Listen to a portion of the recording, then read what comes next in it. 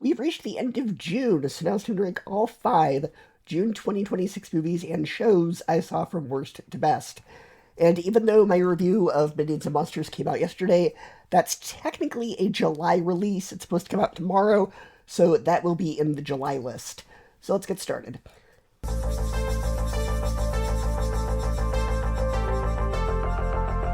Easily coming in last place is Supergirl. Now, I was honestly really looking forward to this movie. The trailers made it look like it was going to be a fun cosmic adventure with a different style from Superman. I was excited to see what direction they would take Kara, and I was especially optimistic because the director previously made Cruella, which I actually think is one of the better Disney live action remakes. The reason Cruella worked for me is because it wasn't just copying the animated movie beat for beat. It had its own identity, its own visual style, and wasn't afraid to take risks. Whether you loved it or not, it at least felt like somebody had an idea. So it's really disappointing to see that same director make a comic book movie that feels so safe, so derivative, and so paint by numbers. The biggest issue is mainly the story itself, because the stakes simply are not big enough. The entire movie revolves around Supergirl trying to get a cure after Krypto is poisoned. Now, that sounds like that could be emotionally compelling, but the problem is we all know exactly how it's going to end. They're not going to kill the dog, because first off, audiences pretty much just hate when you kill dogs. You can wipe out entire cities in an action movie and people just kind of shrug, but if you hurt the dog, suddenly everyone riots. And secondly, Krypto is a massive merchandising opportunity, and DC knows that. They're not getting rid of him after just one or two movies. That would be like killing Grogu in The Mandalorian. It's not going to happen. So because we already know the outcome, there's no suspense. Instead, the movie keeps inventing reasons why Supergirl cannot get the cure. Every time she's about to succeed, something happens that forces the story to continue. It just becomes the opposite of a Deus Ex Machina. Instead of a miracle solving the problem, the movie keeps creating new problems out of nowhere.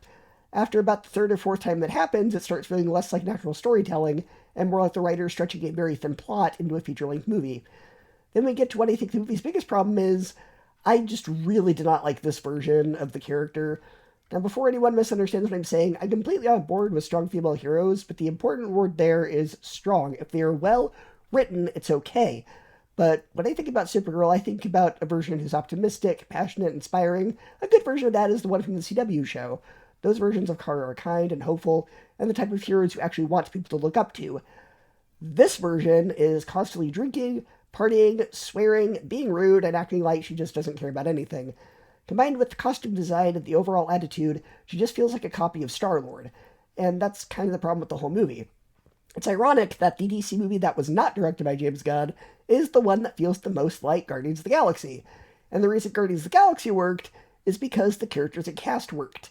They're all wildly different personalities bouncing off each other. That's what makes those movies entertaining. Here, it feels like they're copying the style without understanding why the style worked. You can't just throw in sarcastic dialogue, top 40 hits, colorful aliens, and quirky humor and expect the audience to automatically care.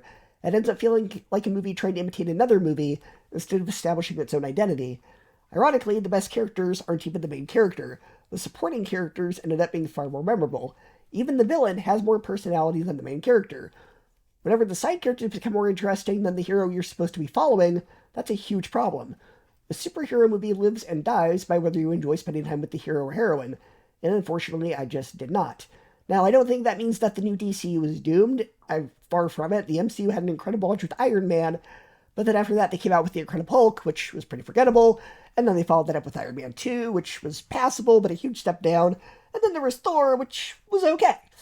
So yeah, even Marvel had to spend a few years figuring out what worked before they hit its stride. So I'm not just going to write off DC after one disappointing movie. I still think there is plenty of potential, but this definitely is not the direction that I personally wanted Supergirl to go.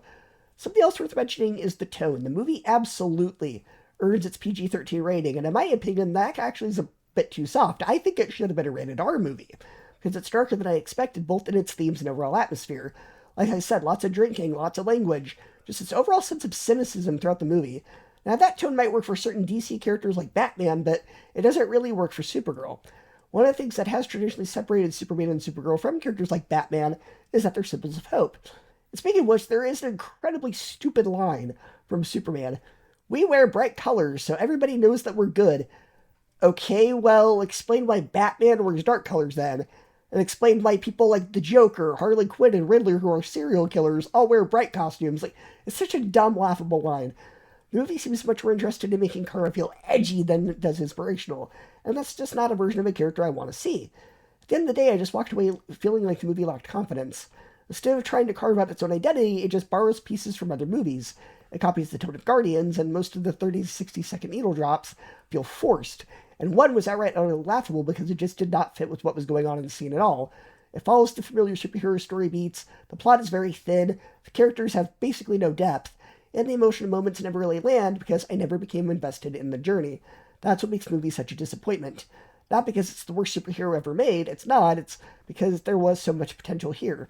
The trailers promised something exciting, the director had already proven he could make a stylish, fresh blockbuster, and instead, we got something that feels assembled from spare parts of other movies. Number 4, Masters of the Universe.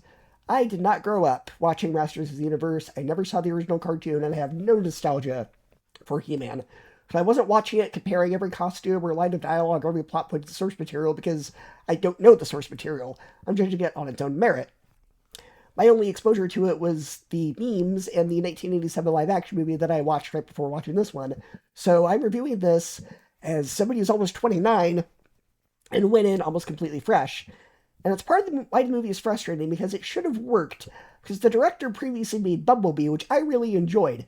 Bumblebee took another toy-based 1980s property and somehow managed to create a movie that had heart, likable characters, fun action, and enough respect for the source material to satisfy fans while still being accessible to newcomers. So naturally, I heard he was directing another live-action of an 80s cartoon in toy line, and I thought, okay, this might be good. But the movie suffers from a huge identity crisis. The entire time I was watching it, I kept thinking about Marvel movies, specifically Thor, Thor Ragnarok, Thor Love and Thunder, and the Guardians of the Galaxy trilogy. From a visual standpoint, the world feels incredibly similar to Asgard. The costumes, the architecture, the cosmic fantasy aesthetic, it just constantly reminded me of Marvel's version of fantasy worlds. And even some of the mythology surrounding the magical object that grants the hero his powers feels familiar. You have a chosen hero, a magical weapon, ancient prophecies, and a mythical power source. And I'm thinking, okay, this just feels less like Masters of the Universe, and we're like somebody just combined Thor and Guardians of the Galaxy.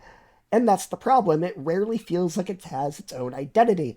Instead of asking what makes Masters of the Universe unique, it feels like it keeps asking what worked in Marvel movies and then copying that. And nowhere is that more obvious than with the characters. He-Man feels very similar to Star-Lord. Teela feels like Gamora. The robot sidekick is basically a combination of Rocket Raccoon and Groot. Man-at-Arms feels like Drax. He's the big muscular warrior who also functions as the team's lovable idiot. And that creates a lot more problems. Because if Man-at-Arms is supposed to be the one who's protecting King and Queen, why is he constantly portrayed as being a huge moron? The movie wants him to be both the elite warrior and the comic relief, and it doesn't really work. There were multiple scenes where I felt like I was watching Guardians of the Galaxy rather than Monsters of the Universe. Even the structure of the film follows Marvel formulas. There's a big morale-boosting speech before the final battle that almost felt beat for beat like Star-Lord's speech from the first film. There are slow-motion team walk sequences. There are needle drops from classic rock bands. There are scenes where characters pause dramatic moments specifically to make jokes. And every time the movie started building momentum, it would stop to remind me of another movie. Now, surprisingly, Skeletor and Evil Lyn are the best parts of the movie. And when Jared Leto is the best part of your movie, something has gone extremely wrong. But credit where credit is due, Jared Leto absolutely convinced Skeletor. He's not one of those modern villains where they spend half the movie trying to convince you he's secretly misunderstood. He's not tragic, sympathetic, or morally gray. He's evil because he enjoys being evil, which was very refreshing. Skeletor gives the very dramatic monologues, he throws tantrums when things don't go his way, he kills his own henchmen for no reason, he cackles with glee, dramatically switches his cape, he exaggerates every vowel, he roars every yaw when he speaks, he acts like a cartoon villain brought to life. You can tell Jared Leto was having the time of his life. And Alison Brie is the same way. The villains understand exactly what kind of movie they're in. Unfortunately, the heroes feel like they're trapped in a completely different movie. And that leads into my biggest criticism. I have no idea who it was supposed to be for, because the movie is PG-13 and it really earns it. There's a surprising amount of language, repeated sexual innuendos, crude jokes throughout the film, and one of the major running gags involves characters making jokes about He-Man's sword being a substitute for a body part that classifies you as a man. And the movie keeps returning to that joke over and over and over again, and there are numerous other jokes built around very similar innuendos. The humor often feels like it belongs in SNL rather than an actual He-Man movie, and that's where the identity crisis becomes really obvious. It feels like two different writers had two completely ideas for what the movie should be. One writer wanted a faithful adaptation, something that was campy, fun, and completely embracing the silliness of the source material. The other writer wanted this parody with self-aware humor and characters making fun of the villains' names like Trap Jaw and Fisto. They wanted to constantly point out how little sense the universe makes. Instead of picking one approach, the movie tried to do both. The result is a film that's constantly fighting against itself. One scene wants you to take the mythology seriously, the next scene is making fun of the mythology. One scene wants you emotionally invested, the next scene undercuts itself with a joke. One scene embraces the camp, the next scene tells you it's embarrassed by the camp. After a while, it just becomes exhausting. The first act also felt oddly familiar. The basic setup reminded me a lot of Superman, a young hero sent to Earth after his world comes under attack from the evil villain.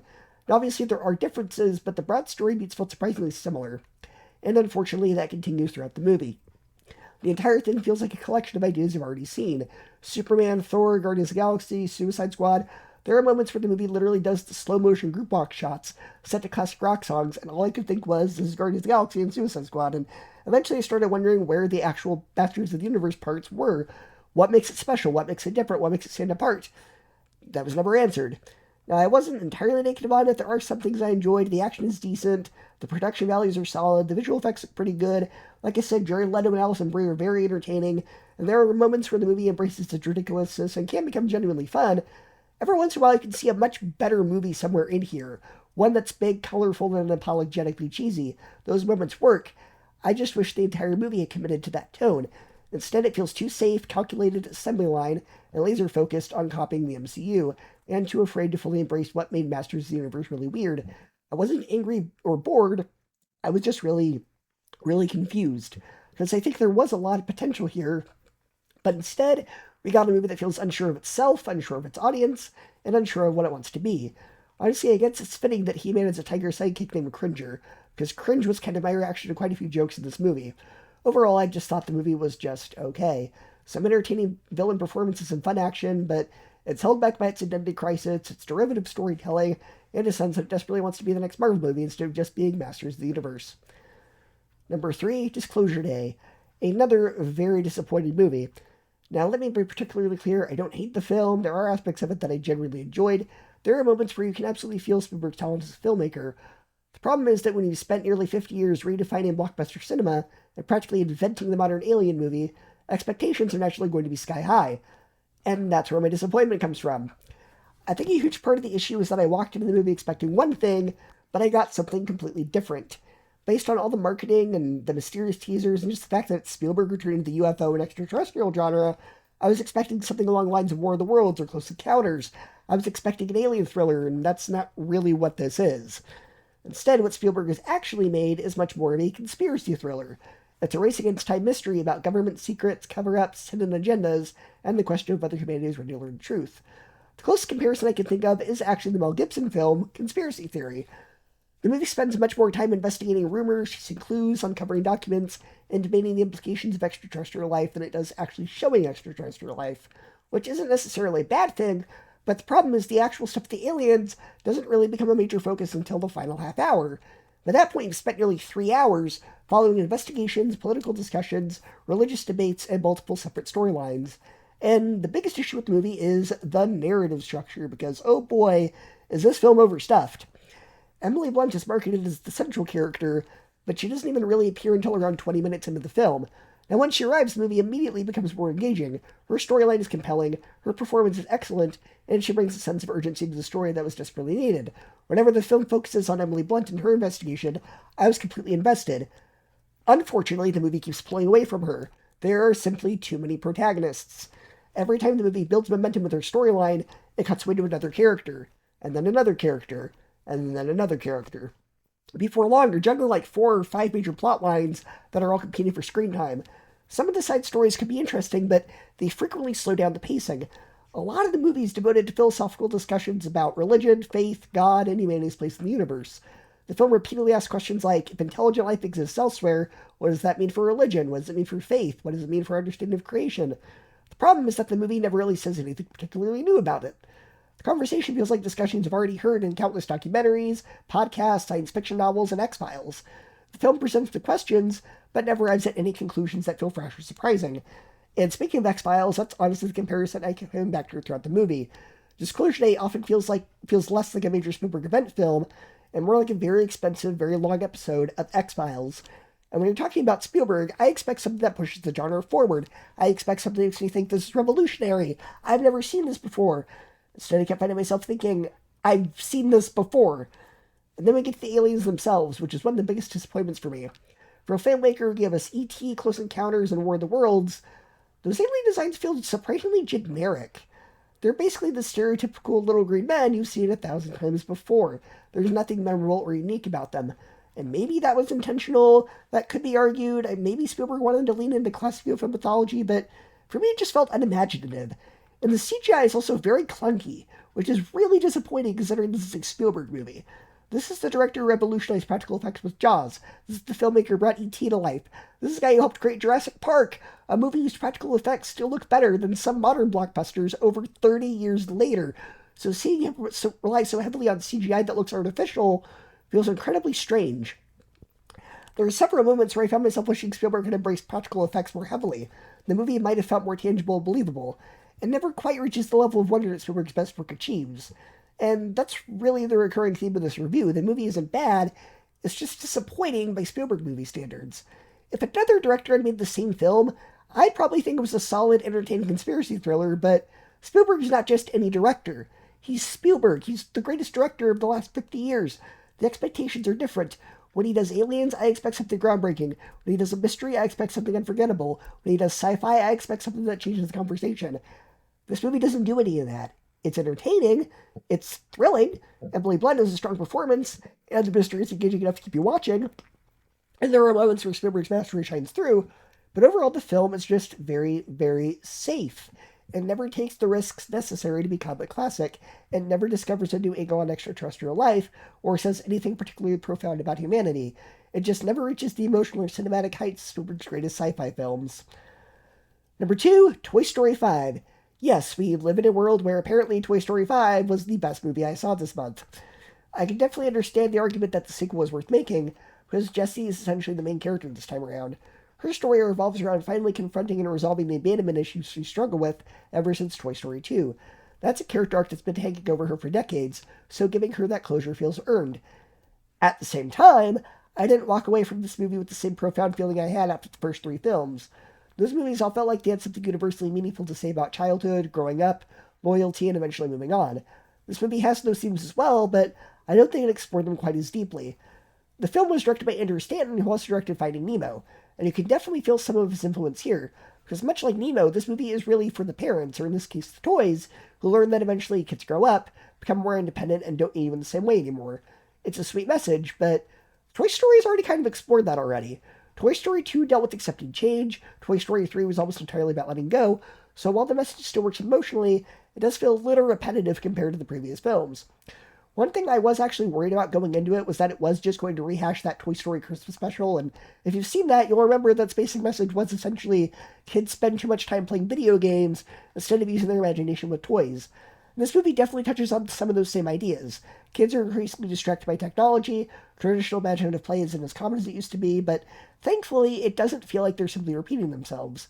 Instead, the movie explores how toys fit in this new technological world, rather than just saying technology is bad. That's a much more interesting angle. One thing I genuinely loved was the animation. The filmmakers came up with a really creative way to visually represent how different children imagine their adventures. When Bonnie is playing, everything has a soft watercolor-inspired style that reflects her imagination. Another child imagines adventures with their toys, entirely different visual style. It's a clever reminder that even though kids play differently, imagination still exists. It just looks different depending on the kid imagining it. And that creativity extends beyond just the visuals. The movie also has something I feel Pixar has been missing for several years now: heart. Since about 2021, with the exception of Inside Out 2, Pixar's felt safe. Not necessarily bad, just safe. I didn't really feel much after watching Luca, Lightyear, Turning Red, Elemental, or Elio. They were enjoyable, but emotionally they didn't really stay with me. This movie actually does. It isn't perfect, but it feels like Pixar is trying again. It almost feels like old-school Pixar. There's also a fun subplot involving an army of newer generation Buzz Lightyear toys, and where that storyline eventually goes reminded me quite a bit of the movie Small Soldiers. It's probably one of the more entertaining parts of the movie, and gives Buzz something fun to do without stealing the spotlight from Jessie. Now, it's not to say that everything works. There are definitely some plot conveniences. For example, one character becomes incredibly important in the story, just happens to live right near Bonnie. I can accept Bonnie living relatively close to Andy to establish they're from the same general area, but this other character just conveniently being nearby too, that's really a stretch. The movie also introduces a character named Lily Pad, who's basically a children's learning device. and her abilities are kind of ridiculous. She can connect to virtually any electronic device: printers, Roombas, smart home devices, pretty much anything computerized. Why would a children's educational toy be programmed to hack into every piece of technology it encounters? It makes for some entertaining scenes, but if you stop and think about it, it raises some odd questions. Maybe the movie was trying to be a cautionary tale about smart assistants like Alexa more than anything else, but at the same time, the movie's message about limiting technology does feel just a little hypocritical. Pixar was, after all, partially founded by Steve Jobs. And let's be honest, shortly after the movie leaves theaters, Disney is almost certainly going to flood the internet with ads encouraging you to stream it on Disney+, probably on the very phones and tablets the movie spends time warning you about. So there's a little bit of irony and hypocrisy there. One thing longtime fans will probably appreciate is that the filmmakers clearly heard the criticisms surrounding Lightyear. One of the biggest complaints about that movie was what they did with Zurg. Without spoiling anything, the movie essentially walks that back. They make a point of emphasizing the more traditional version of the character multiple times, and it honestly feels like Pixar acknowledging the fan backlash. Overall, I do think it is the weakest of the 5 main Toy Story films, but saying it's the weakest movie isn't exactly saying much. It's still funny, heartfelt, and has emotional moments that work. Jessie gets a meaningful character arc. Parents will probably take away just as much from the story as the younger viewers will. And despite a few plot conveniences and repeated themes, I still thought it was satisfying. I don't think it reaches the greatness of the original trilogy. It's not quite as memorable as Toy Story 4, but it's also nowhere near the massive step down I thought it was going to be. It's simply another good Toy Story movie, but not a great one. And in first place is Season 2 of the live-action Avatar: The Last Airbender Netflix show. I had a really good time with this season. It's not perfect, and there are still a couple problems that carry over from Season 1, but overall this is a much stronger season that feels a lot more confident in what's trying to be. Right away, I liked how they opened the season. Instead of just doing the standard previously on Avatar recap, they actually incorporate parts of Season 1 into the introduction itself.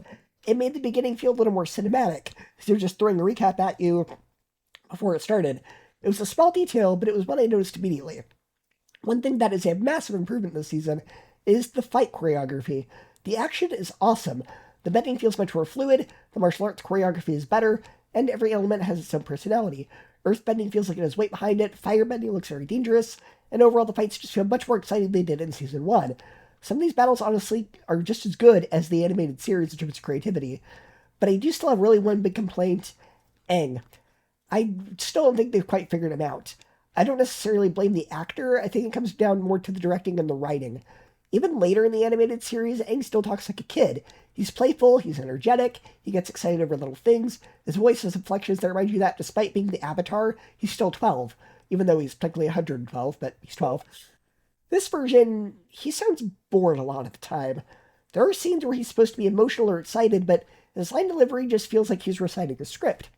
And it's disappointing because Aang is supposed to be the heart of the show, and I don't feel like they're fully capturing that. Now the show does continue to change some of the lore. For example, Chi is now called Jing, and apparently there are 85 different kinds. That definitely caught my attention. Normally I'd complain when adaptations start changing established lore, but I didn't mind it, because those changes don't actually hurt the story, they're just different. I've said this before with other adaptations, I don't necessarily need or want a beat-for-beat remake.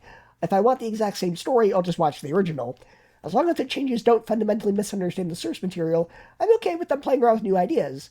And speaking of improvements, Azula was so much better this season. In Season 1, I thought the actress came across a little too cutesy, she didn't really feel like Azula. This season, she does. She's manipulative, calculating, intimidating, and ruthless, exactly who Azula should be. I also like they expanded her character a little bit. Not because the animated version lacked depth, she absolutely didn't, but because this version gives us some additional scenes that flesh her out in different ways. We spend more time understanding what's going on in her head and the pressure she's under. It adds to the character instead of replacing what already worked. The character of May was also surprisingly fun. There were actually a few moments where she reminded me a little bit of Harley Quinn. Not completely, obviously, but she has this playful sarcasm at times that I wasn't expecting, and I actually thought it worked really well. One thing I've always loved about Avatar is that it's full of religious symbolism. People sometimes act like it's only inspired by Buddhism, but that's actually not that true. It's a mixture of Buddhism, Hinduism, Judaism, Christianity, and several other religions. Aang is always essentially this messiah figure. Later on, Zuko's redemption is basically the prodigal son. And the season adds another really obvious biblical parallel. Their opening scene is Aang leading people out of a city and parting a river so everyone can cross, and the Fire Nation chases after them, and Aang lets the water crash back down. That's obviously the parallel of Moses in the book of Exodus. I actually appreciated that because Avatar is always pulled from different religions and mythologies, so this felt perfectly in line with what the franchise has always done. Another thing I appreciate is that they really toned down the violence compared to season one. Now, don't get me wrong, it's still a war. There are still some dark moments. People still die, and there are still stakes. But season one leaned so hard in making everything kind of dark that it lost some of the balance the animated series had. This season feels much closer to that balance. It still takes more seriously, but it also has lighter moments. And Toph's casting was absolutely perfect. She's sarcastic, she's confident, she has all the attitude. She walks onto the screen and immediately feels like Toph. She was definitely one of the highlights of the season. But unfortunately, Sokka has the same problem he had in season one. He's not funny, because the writers refuse to let him be. Sokka is the comic relief character. That's part of why everyone loves him. This version doesn't really give many comedic dialogue, and the show is missing a lot because of that. And one tiny change, though, that made me a little bit happy. They got rid of Azula's "Who are you supposed to be?" the Avatar's fangirls line that Azula says to the warriors of Kyoshi, and thank goodness they did that, because that line from the cartoon has always bothered me, because it's just so out of place, because it's modern slang that's thrown in just for the sake of making a pun, and it just pulls me out of it, so I'm glad they got rid of that. One of the best emotional moments comes from the version of the Tales of Ba Sing Se. They don't adapt every story from that episode, but they do at least keep the scene where Iroh visits his son's grave. And obviously, they don't do the Leaves from the Vine song, which I really respect that decision. That song is so closely associated with the late Mako that trying to recreate it would have felt wrong and disrespectful. But they still managed to capture the same emotion without imitating something they simply should not have replaced. And honestly, it still hit. By the end of the season, I was really impressed. More than anything, I'm glad the show isn't trying to be the shot-for-shot remake of the animated series. They're making changes. Some are smaller than others, some are bigger, but none of them ruin the story. And it reminded me a lot of Empire Strikes Back. This is the middle chapter where the heroes lose, things get darker, and the villains get the upper hand. That's exactly what part 2 of a trilogy is supposed to do. It raises the stakes, so the finale has an even bigger, more satisfying payoff. Overall, I think it's an epic adaptation that respects the source material while still doing its own thing. It understands what made the original special, without feeling it has to copy every single scene word for word. It's not perfect, I still wish Aang were better, and I desperately want them to let Sokka actually be funny, but this is a huge improvement over season 1. It has me really excited to see how they handle the final season, and it comes in at number 1 as the best June 2026 release that I saw this month.